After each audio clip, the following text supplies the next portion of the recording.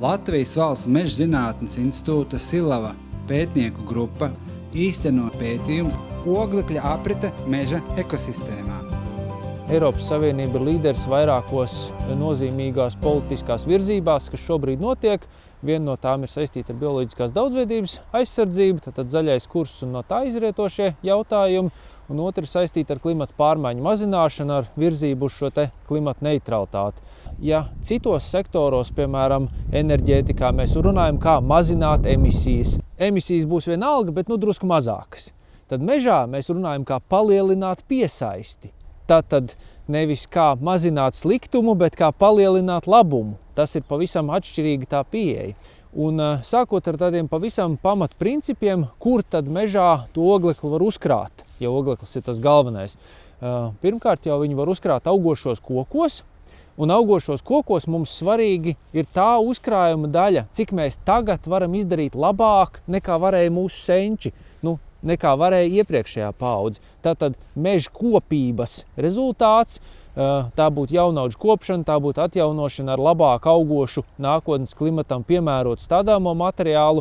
Tā būtu arī meža platības neliela palielināšana, it sevišķi uz organiskajām augsnēm, kas nodrošina pozitīvu efektu, kurš ir izsakāms skaitliskā izteiksmē, un tas arī ir darīts. Mežā ir svarīga dinamika, cik mēs uzkrājam laika vienībā. Mums no zinātnes viedokļa ir svarīgi saprast faktus, vai tas labi darbojas vai nedarbojas. Skujkokiem palielinoties audžu vecumam apmēram 2 reizes, tātad no apmēram 80-90 gadiem uz 160-180 gadiem, mēs iegūstam 20-40% vairāk uzkrājuma šajos kokos, gan dzīvajos, gan beigtajos kopā ņemot. Un ilgtermiņā ievērojami lielāku ieguvumu mēs varētu panākt efektīvi saimniekojot un uzkrājot šo oglekli gan augošos kokos, gan tais koksnes produktos. Bet svarīgi jau ir ne tikai ilgtermiņš, svarīgi arī īstermiņš. Jāsaprot, ka jau šobrīd mežstrādes apjoms ir krietni mazāks nekā koku pieaugums. Tad pēc būtības, lai panāktu efektīvāko rezultātu, mums meža ainavas līmenī, meža masīvu līmenī, lielākās platībās ir jāplāno. Ir jāplāno, kurās vietās tad tas pamatmērķis ir viens, piemēram, varbūt ir vajadzība pēc kaut kādas striktas aizsardzības noteiktiem pasākumiem, un savukārt, kurās teritorijās tas pamatmērķis ir cits, kur ir vajadzība pēc intensīvākas meža apsaimniekošanas. Mēs šobrīd strādājam mežā samērā ekstensīvi. Un kur varbūt ir jāpaliek apmēram tā, kā ir šobrīd, kad ir tās sabalansētās lietas, atsevišķām dzīvo organismu grupām patīk tā, kā mēs šobrīd saimniekojam, un mēs iegūstam arī bioekonomikai rezultāts. Bet palielinoties vienai teritorijai, mums ir jāpalielina intensitāte un arī pieejamība tai otrai, lai mēs sabalansētu šīs sabiedrības nepieciešamības mežā kopumā.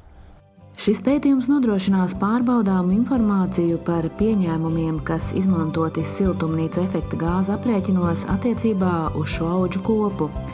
Tas kalpos mežsaimniecības lēmumu pieņemšanas rīku izstrādēji, lai mazinātu klimata pārmaiņas.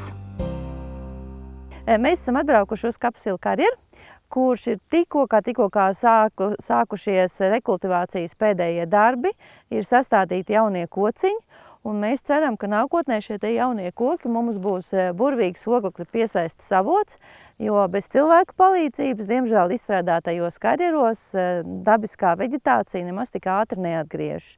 Lūk, un pateicoties sadarbībai ar Latvijas Valsts mežiem oglekļa pētījuma programmā, šeit mēs esam stādījuši visu koku, kas aug Latvijā un kas aug ātri, un arī kas ir biežāk mežā sastopams. Piemēram, pašā augšējā rindā mums ir skaisti smuki kārkli salikt, cerībā, ka viņi drīz salapos, drīz tas ir pēc 2-3 gadiem, būs bitēm pavasarī ko ēst.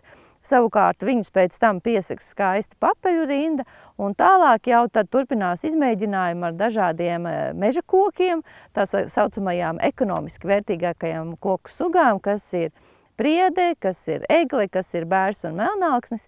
Normāli parasti karjeru rekultivācijā stāda tikai priedes, bet mēs domājam, ka varētu ieviest lielāku daudzveidību, tāpēc mēs arī testējam pārējās koku sugas. Karjeram pašā viducī esam sastādījuši kokus attālumā no tā kā būtu, ka 3000 uz hektāru sastāda līdz tādā attālumā, kad ir tikai 1000 koku uz hektāru sastādīts.